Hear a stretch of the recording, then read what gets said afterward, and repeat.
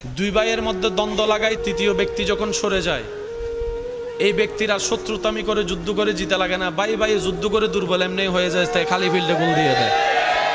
আমার মাইকের আওয়াজ যতটুক যাচ্ছে, যে যেখান থেকে শুনতে পাচ্ছেন, আল্লাহর ওয়াস্তে একটু নিজেকে ব্রেক দিয়ে একটু সময় নিয়ে চিন্তা করেন।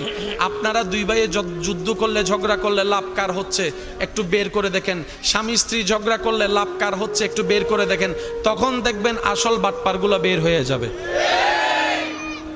যুদ্ধ না করো জিতা, বলেন না, যুদ্ধ না করো জিতা, যুদ্ধ না করো জিতা।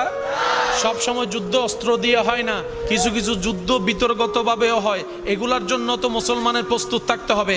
এবার বলেন, যুদ্ধ করার জন্য শারীরিক শক্তির পাশাপাশি ঈমানি শক্তির দরকার আছে না নাই? আল্লাহ আমাদেরকে যে ঈমান দিয়েছেন সেই ঈমানের যত্ন নেওয়ার দরকার আছে না নাই?